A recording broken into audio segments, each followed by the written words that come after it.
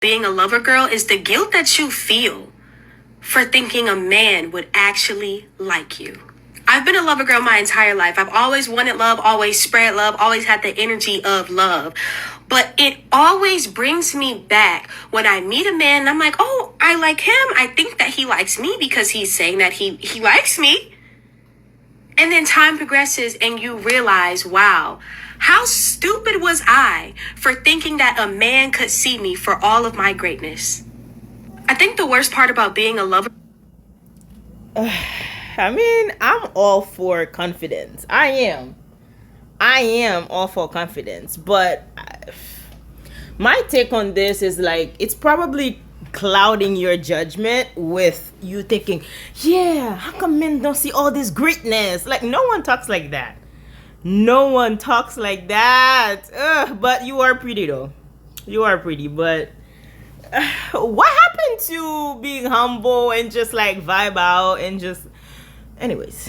So I made a really bad mistake, and I want y'all to tell me if y'all think the punishment fits the crime. So a couple of months ago, one of my closest friends graduated with her MSN to become a nurse practitioner.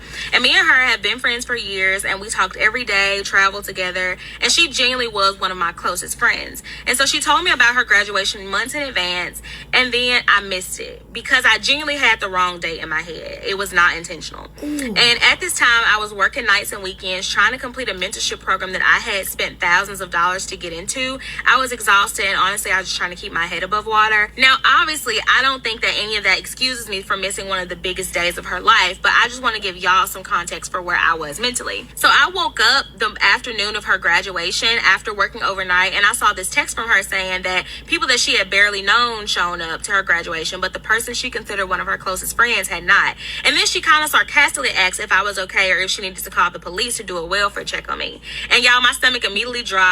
And so I sent her an audio message, and I apologized and took responsibility and explained to her that I had gotten the date wrong and that I thought it was the next Friday. And I did have to work that day too. So a little bit later, I went back to follow up with her, and I realized that she had blocked me on Instagram, on TikTok, Facebook, everything. And we have not spoken since that day.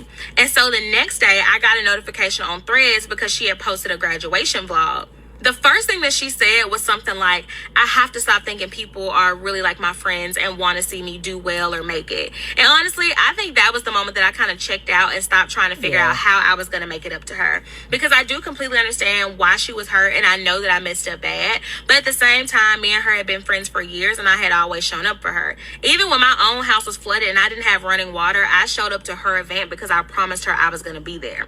So really, ever since then, I've wondered, should one mistake erase years of showing up for somebody? And then another kind of thing I wrestled with this was that personally, I don't bring any active conflicts that I have with people to social media because I know how mean I can be when I'm hurt. So I always try to let myself cool off before I say something, especially publicly, that I might feel different about later. So y'all be honest with me. What would you have done in her shoes, and what would you have done in mine? Like, would you have kept on trying to reach out? Would you try to reach out now? Do y'all have any like similar thing that's happened to y'all? Because I have not had very many friendships to end, especially on bad terms. So I made a really bad mistake, and I want y'all to tell me if y'all think the Ooh, this one is a big one. Ooh, first and foremost, it looks like you have a lot going on in your life, okay? Looks like you have a lot going on, you know, working overtime, this and that. Like, your life is busy, and you thought it was a different date, again, because your life is busy. Okay, you overslept on that day. You were gonna have to go to work on the same day of, like at night on the same day of the graduation. So it looks like you have a lot going on. If I were your friend, I would have understood, like, hey, I'm hurt that you didn't show up. I will tell you that. I'm hurt that you didn't show up. But I also get it that you have a lot going on, and you didn't bank on the fact that you had a lot going on as to why you didn't show up. You literally thought it was a different day. So it's not your fault. Like, you literally thought it was a different day, and you literally have a lot going on. So logically, two things can be true at the same time. I would be mad and hurt that you weren't there for me as my friend. Like, you weren't there to enjoy my accomplishment. Like, I would have been upset and like, oh wow, dang, but I would have understood you also. I would have understood your situation also. The fact that she took it to social media, and y'all, I'm telling you, female friendship is so toxic. That's why it's just my mom, my older sister, my older brother, and my husband and my kid. Like, It's us, and that's it. Everyone else, I have people I talk to. But friends, listen. The fact that she took it to social media, blocked you, threw subs at you. I don't know how y'all have friends, but I get it though. The way things are, it's like when you have friends, it's literally because all y'all are toxic at the same time. Like all of y'all are toxic, so it makes sense. It makes sense that y'all can find friends.